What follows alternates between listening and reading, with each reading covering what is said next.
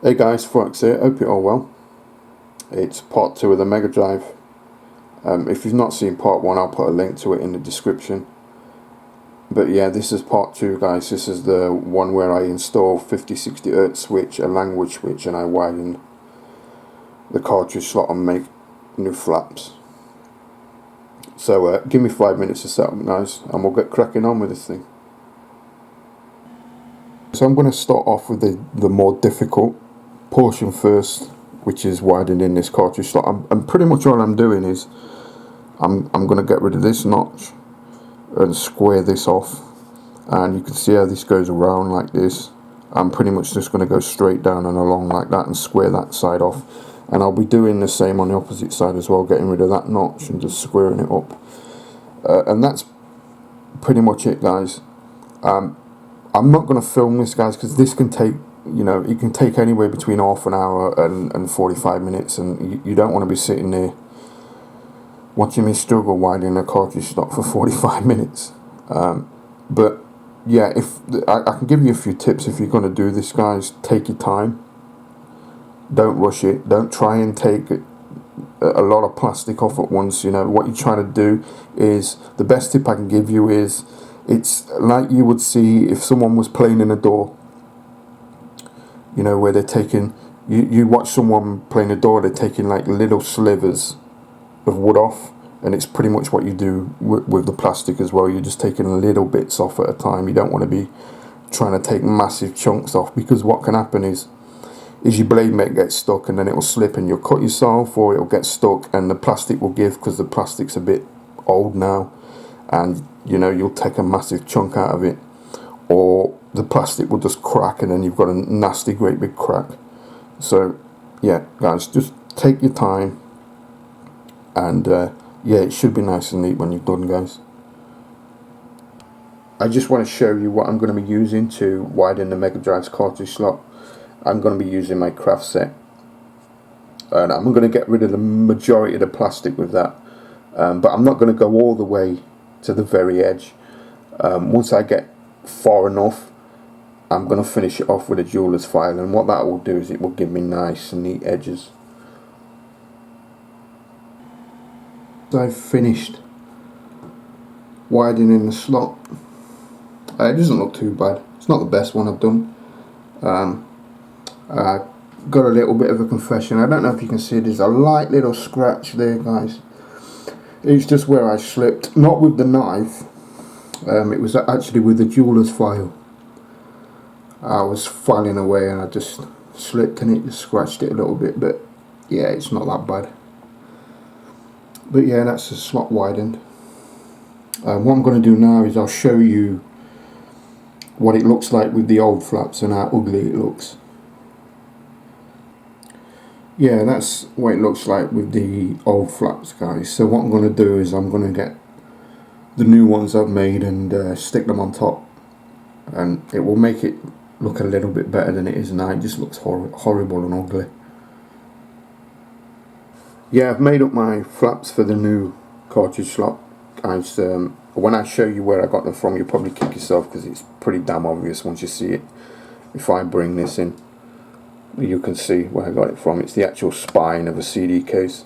If you're going to do this guys, you're going to need 2 CD cases, because one of them's not quite wide enough to make 2, so you're going to need 2 of these to make it. And that's pretty much my flaps guys.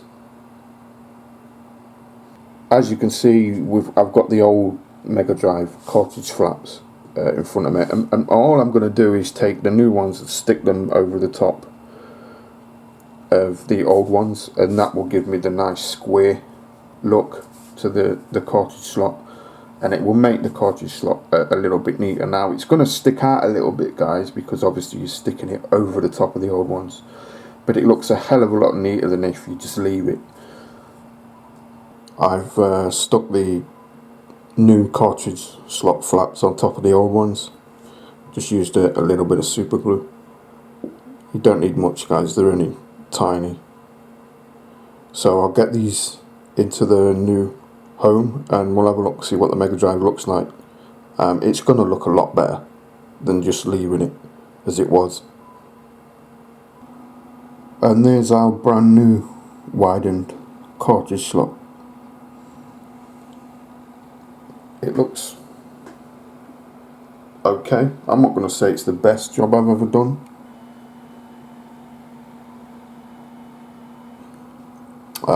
Let's see if a Japanese game would fit in now. Should do. Yeah, there we go. Fits in nice and snug. So that's the tough part over, guys. I can get on with the 50-60 Hz and language switch now.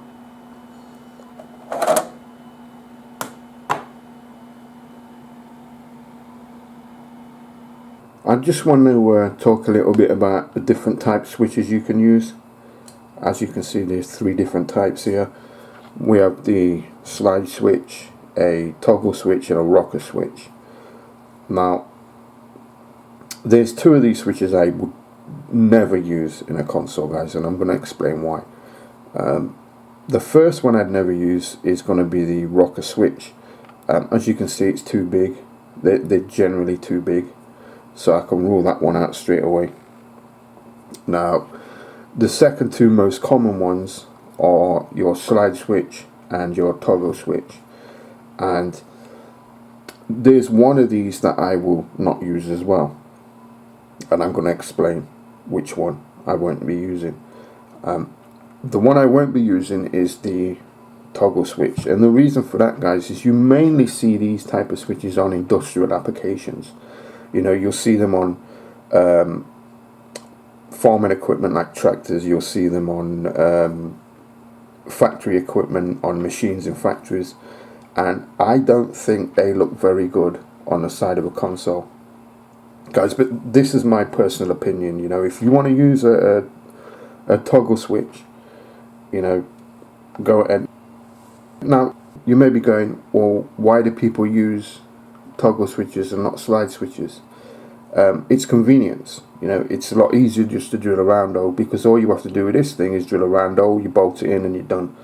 Where with your slide switch, you pretty much got to route out a square and drill 2 holes so you can get your nuts and bolts in, and then you're done.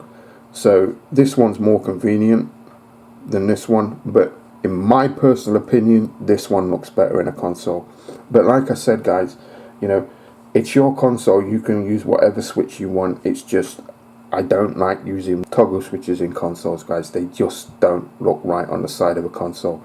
So I'll be using the good old-fashioned slide switch. Yeah, I've decided to put the switches on the left-hand side. What I've done there, guys, is I've gone and got the data sheet for my switches, and it gives you the footprint. And all I've done is basically put 2 at the side of each other, and that allows me to drill the holes, and then what I can do is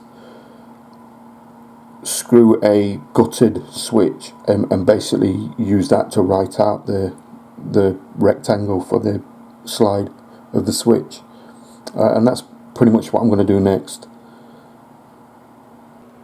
As you can see, guys, I've drilled the anchor holes for the switches. Now you may be asking, why am I doing this on the outside? If you do this on the outside, you get a cleaner cut. And pretty much what I'm going to do, guys, is I'm going to take my drill bit and I'm going to drill holes really close to each other, and I'm going to go all the way round. And then when I've done that, I'm going to break through. I'm going to slide the drill bit along and break through. And then when I've broken through, what I can do is I can use the actual switch case. This is a gutted switch. I can use that as like a router, and it will give me a nice clean cut of the switch. So I've got to do it twice. I've got to do it on this one, and that's my 2 switch holes. And there's the 2 switch holes cut out. What you're looking at now, guys, are the switches that I'm going to install. As you can see, they're slide switches, a couple of them, and pretty much all I've done is I've plaited them. It just makes the cable look neater, and you know, you don't have wires going all over the place. You just get one neat cable. with a lot of wires in it than having single wires going off all over the place. So that's all I've done, guys. I've just plaited the cable into a 4 strand. Also what I've done as well is I've done like a quick connect. So what I can do is when this cable is actually in the console, if I ever need to remove the motherboard, because normally what happens is you solder the wires directly to the switch, and then, you know, if something goes wrong with the actual motherboard, you pretty much have to remove the switches and then take the board out. Where this way I can solder this part to the board, and then the wires go off to the side of the case, and if I ever need to get the motherboard out, I can just simply disconnect it quick and easy. Also what I've done is I've put a white stripe on the actual quick connect, and that allows, if anyone else gets the board and needs to repair it in any way and they need to remove this, they know, you know, which way round it goes. And that's pretty much my switches taken care of. What I want to talk about now, guys, is the way the VA6 Mega Drive motherboard configures its language and video mode. What you're looking at is a set of jumpers, and this is pretty much how the VA6 motherboard sets those parameters up. Now if you look at the jumpers, what we're looking at on the right hand side, this side, it goes ground +5, ground +5, and all this side is are voltage taps. That's all what this side is, nothing else. Now on this side you can't see them, but these two are connected together and these two are connected together on the underside of the board. Now the first two are the language, the last two are the 50-60 Hz. Now if we look at this console, which is a power region console, we can see that the language is tapped off to the 5 volt. So what that basically means is this console is in English when we send 5 volts to one of these two. Now if this jumper wasn't here and it was up here, we will be sending ground to one of these two, and then that would put the console into Japanese. And it's the same with the bottom two here. If we look, we're sending ground to one of these two places, and that puts the console into power mode. If this jumper was here, we'd be sending 5 volts to one of these two places, and that would put the console into NTSC. Now because of this, what we can do is we can cut these traces here, and that would disable, you know, the ground, the +5, the ground, the +5. And what we could do is we could tap a wire on to one of these two places, and that would give our signal for the language, and then we could tap a wire onto one of these two places, and that would give our signal for PAL NTSC. And then what we have to do is send either 5 volts or ground to one of these places, and we can control, does the console start up in English, does the console start up in Japanese, does the console start up in PAL, does the console start up in NTSC. And what you can also do, guys, is you can also do that on the fly, which basically means you can do that while the console is switched on. Now this board is a VA6 motherboard, guys. Depending on your motherboard, your jumpers may be slightly different. If you're in the US and you have a Genesis, which is pretty much a Mega Drive, your jumpers are going to look different to this, because obviously yours is set up for NTSC English. If you're in Japan, your jumpers are also going to be different as well, because you'll be set up for NTSC Japanese. And that's pretty much how the jumpers work, guys.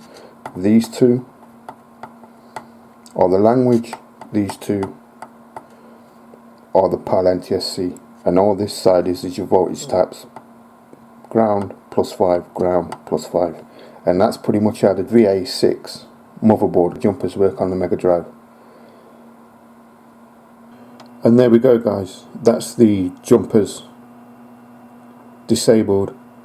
What I'm going to do now, guys, is show you a picture of how this VA6 Mega Drive's switches are actually going to be wired in, and that'll give you a better understanding on how this thing actually works.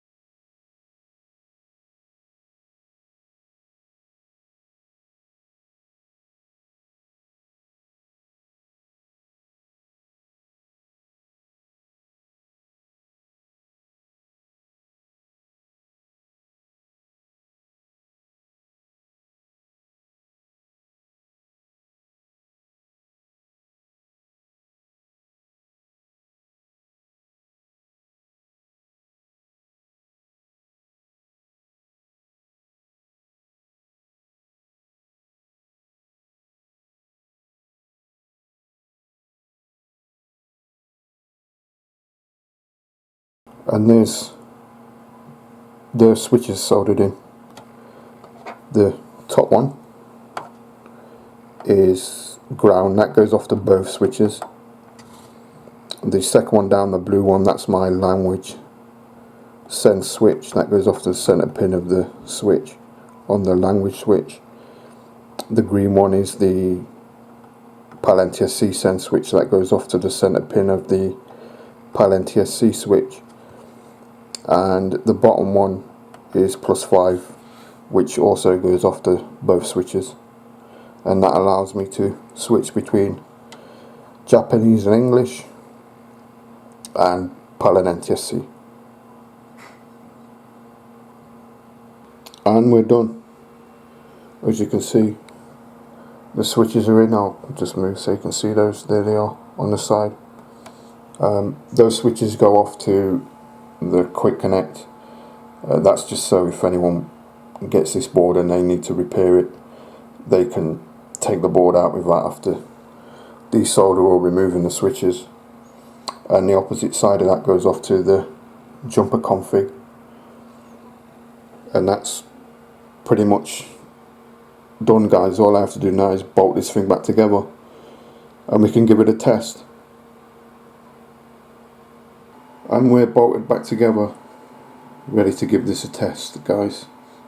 I just want to power this thing on quickly, just to show you. It's got a blue LED in there now. It just says I'm not a normal Mega Drive anymore. What I want to do, guys, is set up my tripod and point the camera at the TV, because then you don't have the shaky camera mode.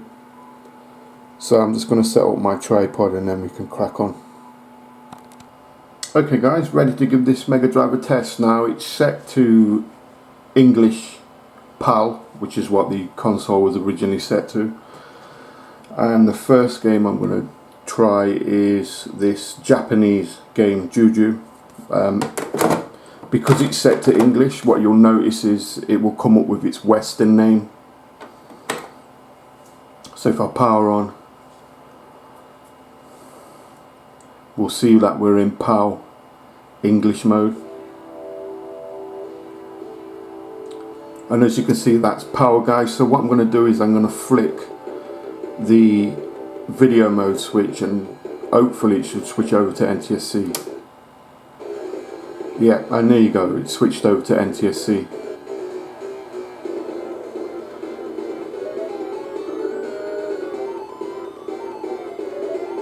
So we're in NTSC at the moment. If I flick the switch again, we'll go back to PAL. And you can tell because we've got the black border when we're in PAL mode. So if I flick it again, we'll go back to NTSC and the borders are gone.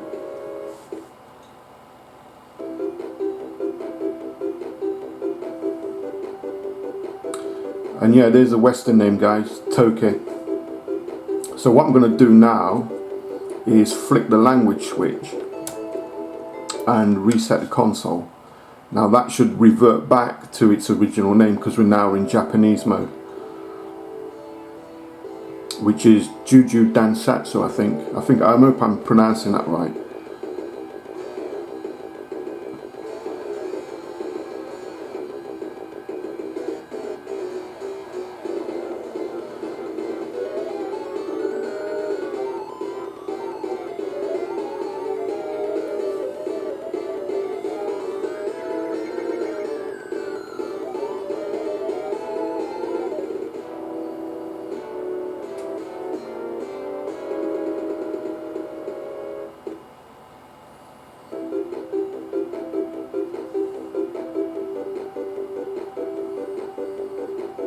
Yep, Juju Dansatsu. So my language switch and my 50-60 Hz switch are working great, guys. What I want to do now is just test another game. I'm going to test Streets of Rage 2. I've not touched it, guys. It's in Japanese NTSC, so this should come up with Japanese text. And the Western name for the Eastern name for Streets of Rage is Bare Knuckle, so this game should come up Bare Knuckle 2, and we should see Japanese text as well.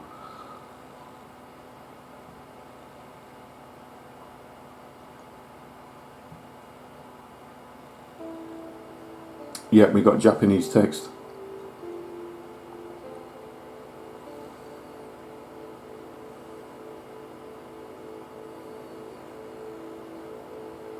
Yeah, your guess is as good as mine to what that says, guys.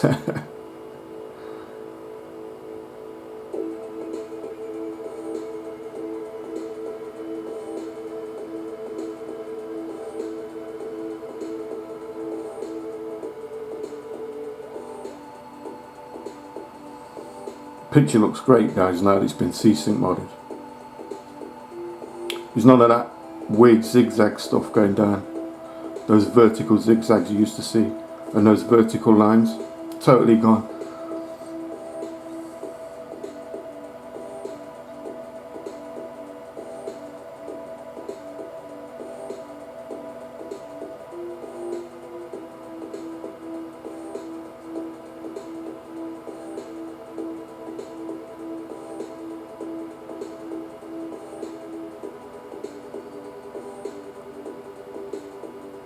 And there we go, Bare Knuckle 2, Streets of Rage 2. So yeah, this console's done, guys. It's been C-Sync modded. It's had a power NTSC switch fitted, a language switch fitted, the cartridge slot's been widened, and it's also had new cartridge flaps made for it. So yeah, I hope you enjoyed these couple of videos, guys, of the Mega Drive. If you liked it, subscribe, comment, all the usual stuff, and I'll catch you on the next one.